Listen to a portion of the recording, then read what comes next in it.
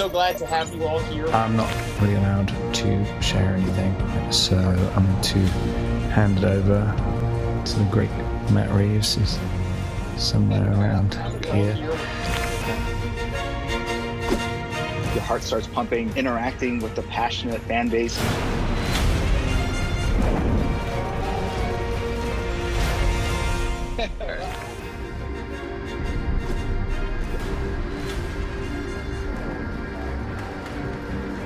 Ready?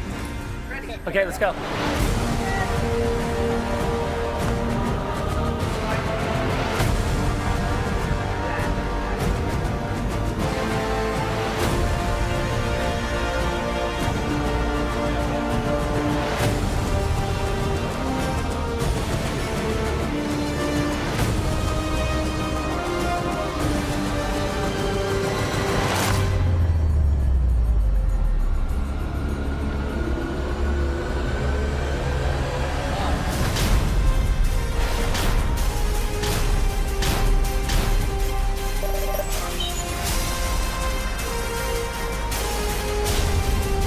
The Batmobile is no joke. You are so good looking. It's a completely different experience. I'm dropping the mic. DC FanDome Hall of Heroes. All fans welcome, 24 hours only. And there's only one place you can experience it, at DCFanDome.com. Welcome back, everyone. This is going to be my new DC FanDome trailer video. They just announced that they're doing another FanDome event this year in October, so we'll break it all down. Obviously, they're going to be hyping up all the big upcoming movies, some of the video games, and all the HBO TV shows that they're doing. If you're brand new to the channel, be sure to subscribe to get everything. There's going to be a bunch more DC stuff happening this year, and obviously next year too, because we have all the Batman stuff that's happening. I think the idea is that things went so well last year because they couldn't do a big Comic-Con Hall H panel, and it's kind of a similar situation this year. Even though technically Comic-Con, San Diego Comic-Con, the official one, is trying to do an event in November on Thanksgiving weekend. If you really want to, feel free to roll the dice on that kind of close quarters, in-person type of event this soon. I have a feeling it'll probably be next year before we go back to really big in-person conventions.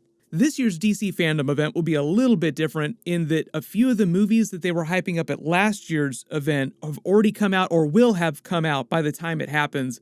Like, they won't be showing off Wonder Woman stuff, they won't be hyping up Wonder Woman 1984, maybe they'll announce Wonder Woman 3, and the Suicide Squad movie will have already come out a couple months previously. That's being released in August, this event is happening in October.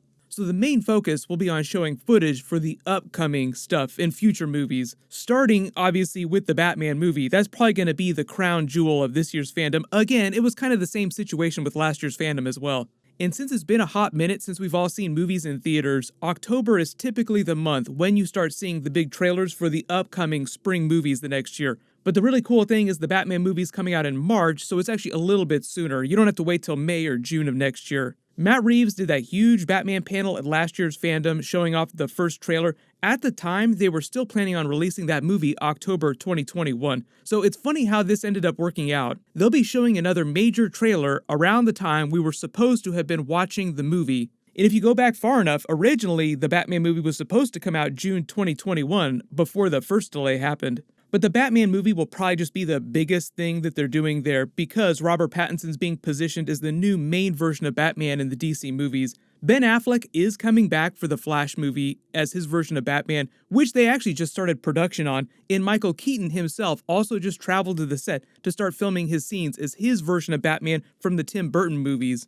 They'll also probably use DC FanDome this year to release the first official teaser trailer for the Flash movie, because even if they're not done, they'll be almost done filming the movie by then. And Matt Reeves was able to drop that Batman trailer last year after only a couple weeks of filming. I think part of the whole idea too is that they really want to hype up Michael Keaton coming back as Batman, so they want to show a trailer for the Flash movie off where he's actually wearing a Batman costume and Ezra Miller's wearing his new Flash costume. Like, see, we have all the Batmans. The whole thing with Robert Pattinson becoming the main version of Batman, though, Ben Affleck's Batman is meant to be a smaller part of the movie than Michael Keaton, and for the most part, the way they've talked about the future of Michael Keaton's Batman, he's not going to be the main version of Batman in the DC universe, even though it kind of sounds like he is. Like the way he's envisioned is a big crossover Batman for other future movies. Like they want to sign Michael Keaton to a multiple film deal so that he comes back in other people's movies as well. The whole reason for doing it that way, though, is obviously it's a really cool idea to bring Michael Keaton's Batman back for hopefully Batman Beyond in the future. But Matt Reeves wanted his Robert Pattinson Batman movies, potential sequels, obviously if things go well, to take place on a different Earth, so they didn't have to worry about all the pre-existing Justice League continuity. Like he just wanted to make a very self-contained Batman movie and didn't want to have to deal with all the stuff that's happened before. So that's why he's saying that the Batman movie is an Earth 2 movie, and the Justice League Snyder Cut version of Earth with all those versions of the characters like Ben Affleck's Batman is meant to take place on Earth Prime in the DC Multiverse, the main version of Earth. It sounds more complicated than it is. They just want each of the new directors that are coming on for the upcoming DC movies to be able to do just whatever they want to do with the characters without having to worry about too much pre-existing continuity. So Matt Reeves' way of simplifying all the potential continuity issues with introducing a new, younger version of Batman, way younger version, but having the movie take place in present day is just to say that it's happening in a different universe. So if it wasn't clear from the first Batman trailer, the Robert Pattinson Batman movie actually takes place pretty close to present day. Like there were smartphones that were spotted in scenes when they were filming, and this Lincoln Navigator that the Riddler is crashing into the mayor's funeral during this trailer scene is a late model from the last couple of years. And because the Justice League Snyder Cut is also taking place mostly in present day, not including the nightmare ending scene with the flash forward, the Joker scene, all the alternate timelines and the time travel that they reference, it just creates a lot of potential continuity issues with the way you explain this new version of Batman showing up, Robert Pattinson. So the director of the Flash movie separately said that a lot of what they're doing with the Flash character in the multiverse will help tie all these different movie franchises together in a much clearer way. But I think if you've ever read any multiverse story from DC Comics, or you've watched any of the DC TV shows the past few years, like the Crisis on Infinite Earths episodes, you already have a pretty good understanding of how the DC multiverse works. Like if you include the version of Batman that they have on the Titans TV show now, they have 4 different versions of live-action Batman flying around. Just live action, not including any of the animated movies.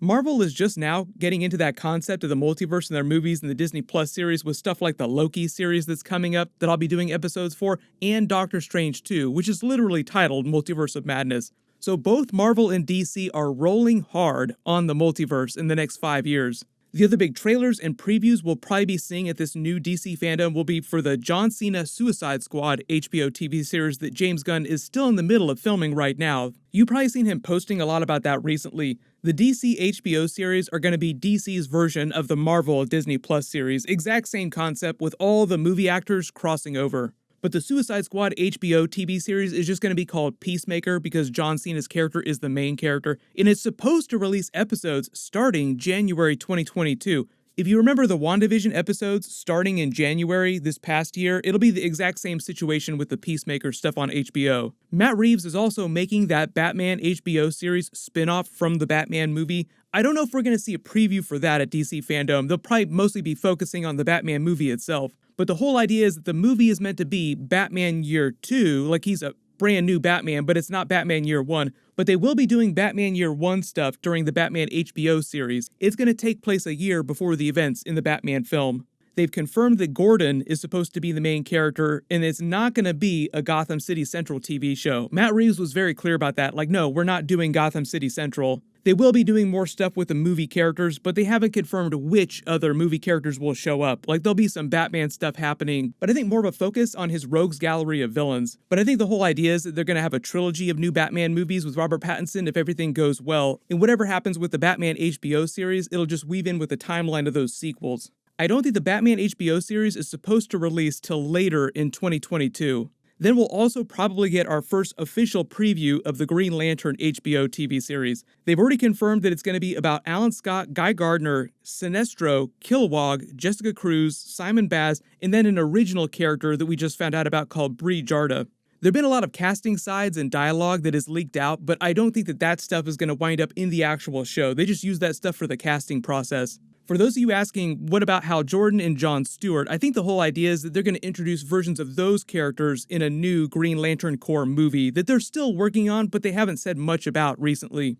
You may remember Zack Snyder was talking about them making him delete his Green Lantern scene at the end of the Justice League Snyder Cut. So you all probably watched the Justice League Snyder Cut. You remember that end credit scene where you have Martian Manhunter coming to Batman's lake house to introduce himself and officially announce that he was going to help them in the future. A couple weeks ago, Zack Snyder revealed that he had actually filmed a Green Lantern scene that was meant to take place during this scene, but he replaced it with the Martian Manhunter scene because the studio asked him to delete it. What was going to happen is that he was going to have a version of Kilowog show up with a version of Jon Stewart that he cast. This is who the actor was. This is what it was going to look like. But when the studio saw his Green Lantern scene, like he gave him the cut of the movie, they said, you have to get rid of this. You can't use Jon Stewart in this scene. He didn't explain why they made him get rid of it, but I think the idea is they want to introduce their own version of Jon Stewart separately in a different movie that's coming up in the next couple of years. If you're a big fan of the video games too, they also used the DC FanDome event to hype up the video games. I think they'll show off some more Gotham Knights stuff, but I also believe that they might wind up announcing Injustice 3, because I think it was actually announced a while ago that the studio was working on a sequel to Injustice 2. But whatever ends up happening, whatever footage they drop, of course I'll do videos about it. Everyone leave all your big questions and your video requests in the comments below for any DC stuff that you want me to make videos about. You can click here for my Mortal Kombat movie ending and end credit scene video, and click here for my brand new Captain America 4 movie announcement. Thank you so much for watching. Everyone stay safe. I'll see you guys tonight.